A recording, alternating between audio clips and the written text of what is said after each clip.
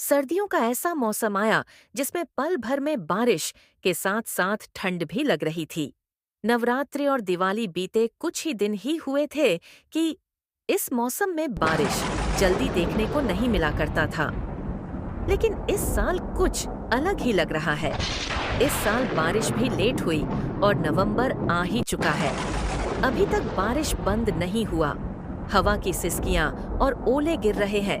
गांव और शहर के सभी लोगों इस मौसम की वजह से घर से बाहर निकल नहीं पा रहे थे।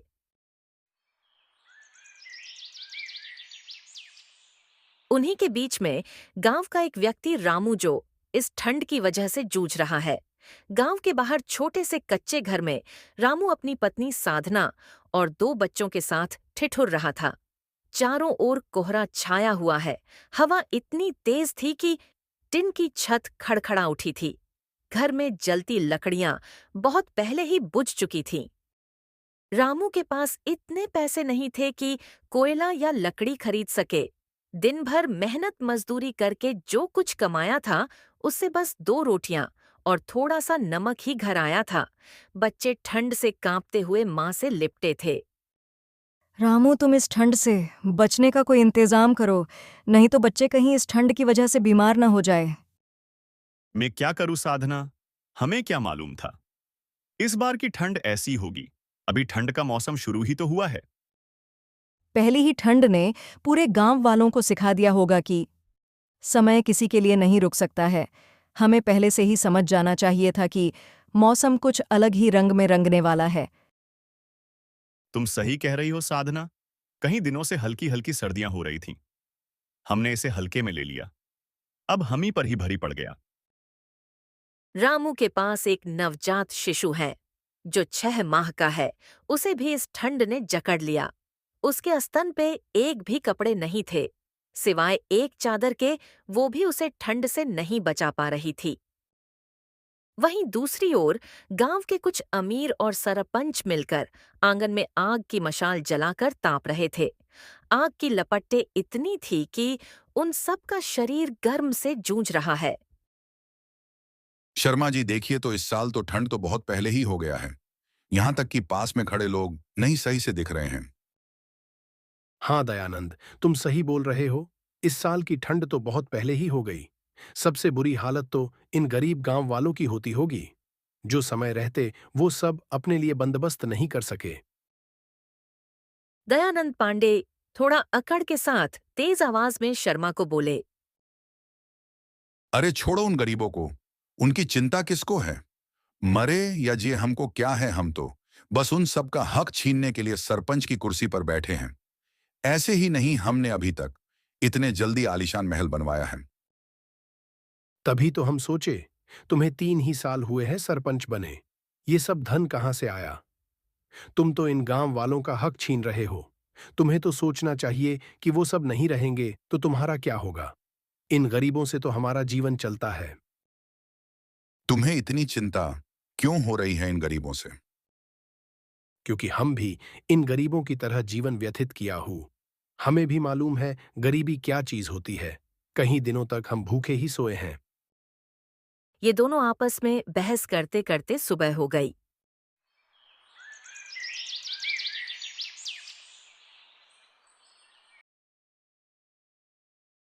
सुबह का वातावरण थोड़ा स्थिर था। ठंडी हवाएं कम चल रही थीं। गांव के कुछ लोग हल्की आग जला के द्वार पे ताप रहे थे। शाम होते ही रामू ने तय किया कि वो सरपंच दयानंद पांडे से कुछ मदद की गुहार लगाएगा। रामू ने साधना से कहा। साधना में सरपंच जी के पास जाता हूं। अभी उनके पास लकड़ियों का भंडार है। इस वक्त वो हमारी अर्जी जरूर सुनेंगे। इतना सुनते ही साधना रामू की ओर देखकर थोड़ा सा मुस्कुराई। क्या तुमने कहा सरपंच जी हमारी गुहार सुनेंगे? आज तक वो किस गरीब की गुहार सुनी है? सबका हक खा के वो उन अमीर ज्यादों की तलवे चाटते होंगे।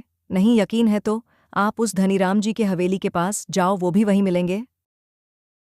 तुम क्या कह रही हो साधना? हमें भी मालूम है सरपंच दयानंद पांडे थोड़े कंजूस हैं। लेकिन इस वक्त हमें उनकी सबसे ज्यादा जरूरत है। हम जा रहे हैं उनके पास, तुम बच्चे को देखो। तुम नहीं समझ रहे हो रामू, सरपंच जी आज तक किसी को कुछ नहीं दिए। हम गरीबों के लिए क्या क्या नहीं आया है इस गांव में, कंबल, सॉल और रजाई, और भी बहुत कुछ हमारे लिए। सरपंच दयानंद पांडे ने सब का सब जाकर शहर में बेचाए। इस चीज की आवाज उठाने वाला कोई नहीं है। तुम्हें मालूम है ना, जितनों ने आवाज उठाया है वो सब मारे गए हैं। अब किसी की हिम्मत नहीं होती आवाज उठाने की। मुझे इस वक्त अपने बेटों के लिए जाना ही है, चाहे कुछ भी हो जाए। ठीक है, आप जाओ रामू।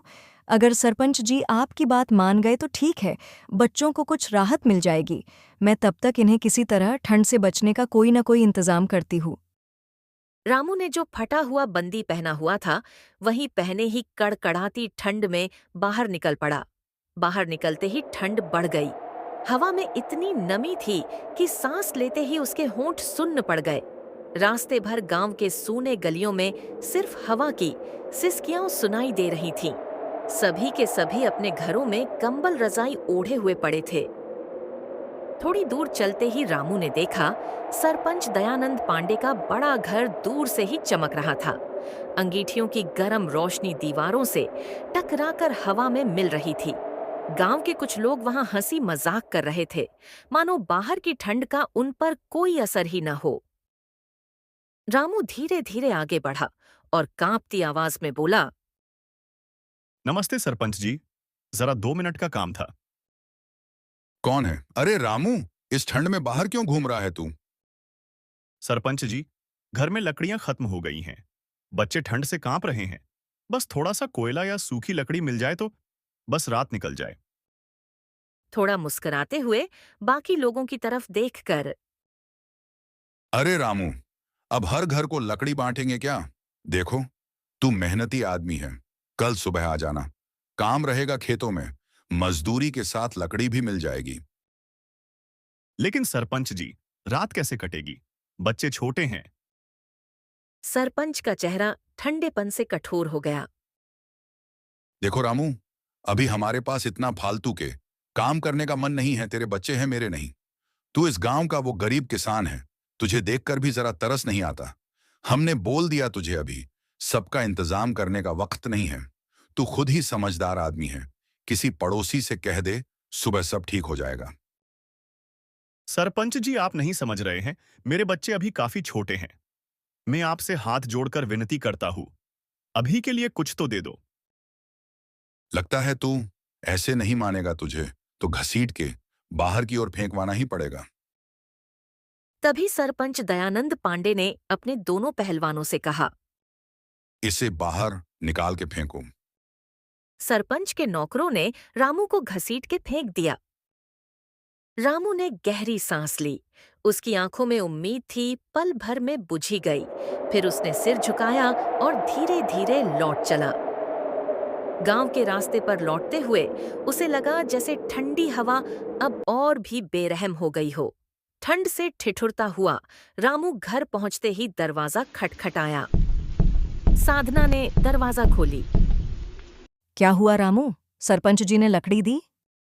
रामू ने सिर झुका लिया। आंखों में आंसू थे, लेकिन वह मुस्कुराने की कोशिश कर रहा था। नहीं साधना, वो बोले कि तुम मेरे खेत में काम करो, फिर मैं तुमको कुछ लकड़ियां दे दूंगा सुबह के लिए। साधना ने बच्चों की ओर देखा, जो दोनों कांप रहे थे। फिर उसने धीमे स्वर में कहा, ठीक है रामू, अब जो होगा सुबह होगी तो देखा जाएगा। अभी बच्चों को बीच में लेकर बैठो, मैं कुछ कोशिश करती हूँ।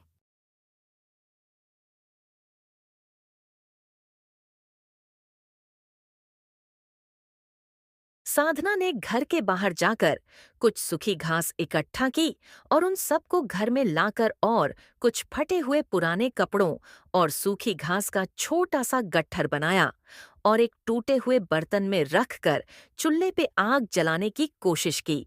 धुआं उठते ही बच्चे खांसने लगे, मगर थोड़ी देर में गर्मी घर में फैल गई। माँ, पूरे घर में धुआं फैल उठा है। हमारी आंखों में जलन सी हो रही है। बस राहुल, कुछ ही देर की तो बात है, धुआं गायब सा हो जाएगा। तुम बाबू को आंखों पे ढक दो और अपनी आंखें कुछ समय के लिए बंद कर लो। तुम्हें जलन महसूस नहीं होगी। ठीक है माँ।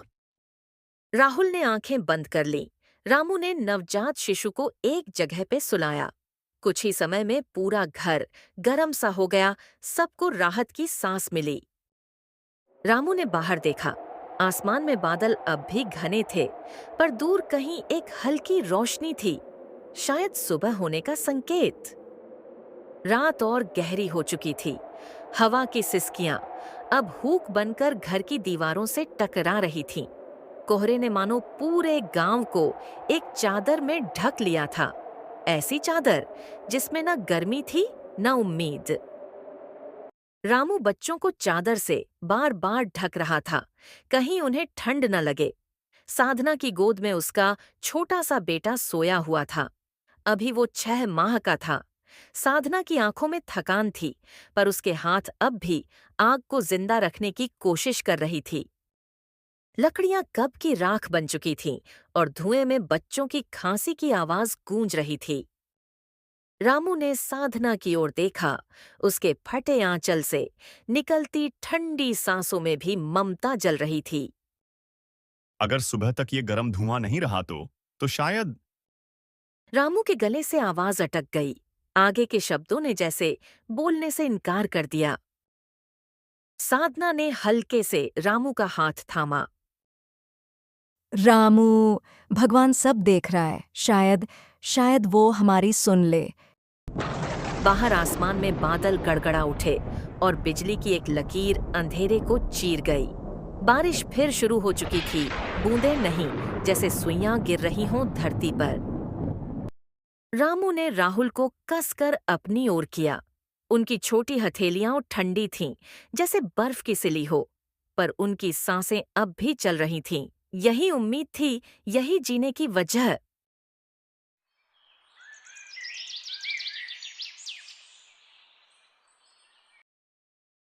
धीरे धीरे रात बीतती गई और सुबह की हल्की किरण खिड़की की टूटी दरार से भीतर आई।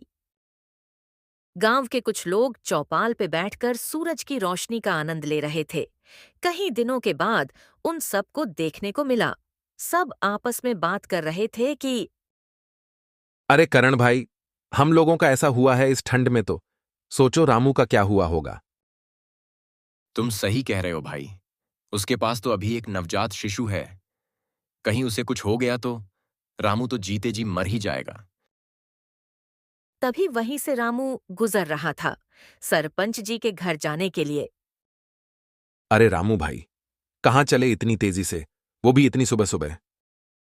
कुछ नहीं भाई, बस सरपंच के यहाँ जा रहा हूं। कल उन्होंने मुझे काम के लिए बुलाया था। कहा था कि तुम्हें कुछ लकड़ियां दे दूंगा। ठीक है भाई, लेकिन इतनी ठंड में तुम काम कैसे कर पाओगे। क्या करें शंकर भाई, ये गरीबी ही है जो हमें इस ठंड में भी जिंदा रखती है। यही हमारी मजबूरी है और यही हमें इस ठंड में काम करने की हिम्मत देती है। सही कह रहे हो रामू भाई। अब तो हालात ऐसे हैं कि बिना काम के एक दिन भी गुजारना मुश्किल है। भाई, घर में राशन भी खत्म हो गया है। बच्चे 2 दिन से बस उबला पानी पी रहे हैं। आज अगर काम मिल गया तो थोड़ा आटा चावल ले आऊंगा। भगवान करे काम जल्दी मिल जाए रामू भाई। अब तो ठंड भी हड्डियां तोड़ने लगी है। हाँ करण भाई, चलो अब निकलता हूं। सूरज निकलने से पहले पहुंचना है, नहीं तो सरपंच डांट देंगे। ठीक है भाई, संभल के जाना। रास्ता फिसलन भरा है, कल रात फिर से ओस पड़ी थी। हाँ, ध्यान रखूंगा। ठंडी हवा में धीरे धीरे आगे बढ़ जाता है। गांव की गलियां अब भी अंधेरे में डूबी थीं, बस कहीं कहीं धुएं की पतली लकीरें आसमान की तरफ उठती दिख रही थीं। रामू गांव की संकरी गलियों से होकर आगे बढ़ने लगा। मिट्टी में ओस जमी थी, जिससे रास्ता फिसलन भरा हो गया था। उसके फटे चप्पल से पानी रिसकर पैरों तक पहुंच रहा था, पर वो रुका नहीं।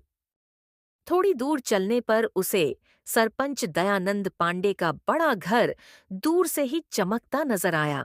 ऊंची दीवारों के अंदर से आग की रोशनी झिलमिला रही थी। रामू धीरे धीरे खुद से बड़बड़ाते हुए, देखो जरा, इन लोगों के यहां तो जैसे ठंड नाम की चीज ही नहीं है।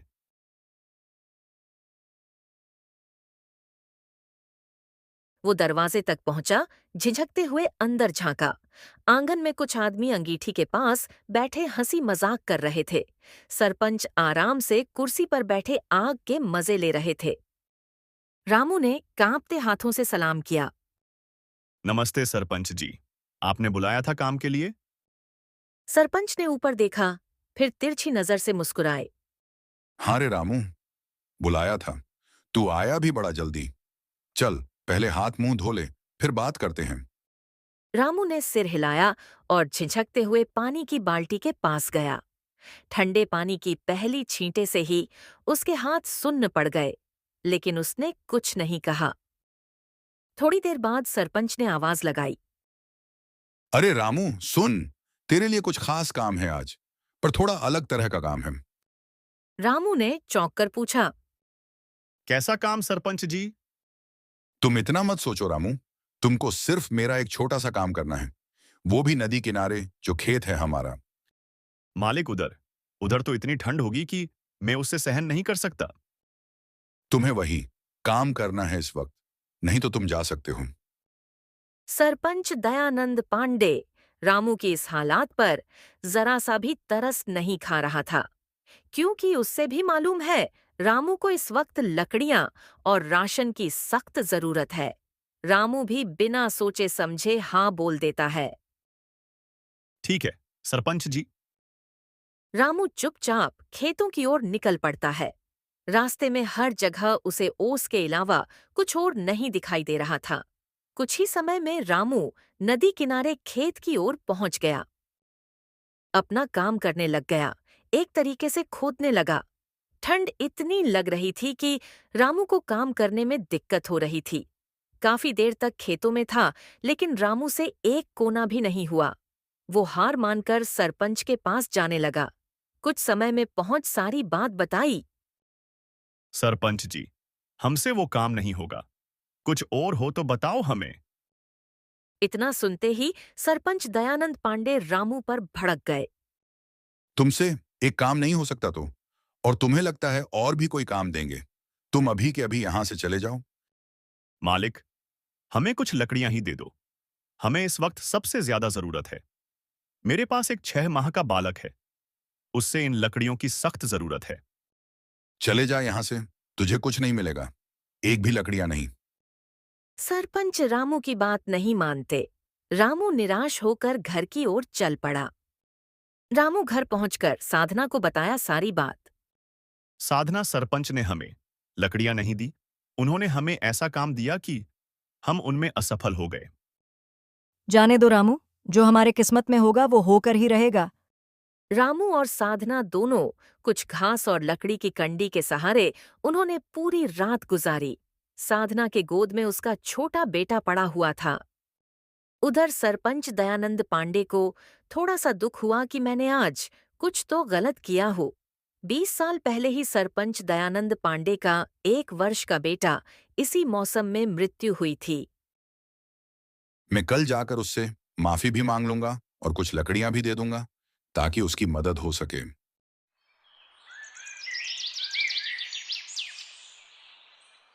सुबह हो चुकी थी, लेकिन उस रोशनी में कुछ स्थिर था, कुछ थमा हुआ। समय ऐसा थम गया था कि साधना को कुछ एहसास नहीं हो रहा था। छोटा बेटा एक ही जगह पे क्यों पड़ा हुआ है? रात से एक ही जगह से सबसे छोटा बेटा अब नहीं हिल रहा था। तभी साधना की चीख ने सुबह की खामोशी को चीर दिया। रामू, देखो ना, छोटू क्यों उठ नहीं रहा है?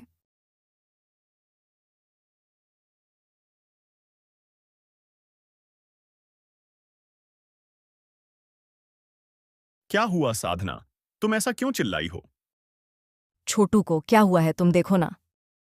रामू ने जैसे ही बेटे को छुआ, उसके हाथ कांप उठे। उसकी आंखों से बहते आंसू बर्फ बनकर गालों से टकरा रहे थे। साधना भी रामू की ओर देखी। उसको भी एहसास हो गया, अब नहीं रहा छोटू। रामू ने आसमान की ओर देखा। हे भगवान, अगर यही इंसाफ है तो हमें अब और सांसें क्यों दी? गांव के कुछ लोग आए रामू के घर। ये सब नजारा देखकर उनके भी आंखों में आंसू आ गए।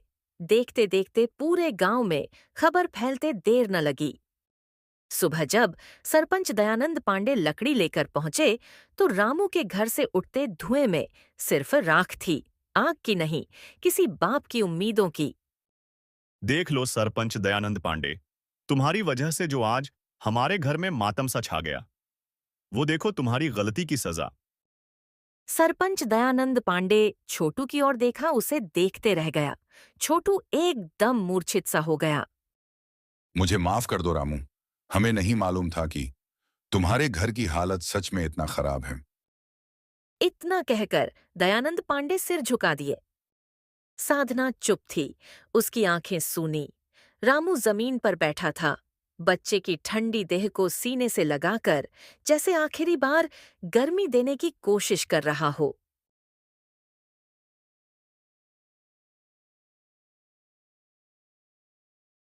उस दिन के बाद से गांव वालों ने कहा, ठंड तो हर साल आती है, पर इस बार वो किसी की जिंदगी ले गई। और रामू, वो अब भी हर सुबह गांव के किनारे दिखाई देता है जहां उसका कच्चा घर था।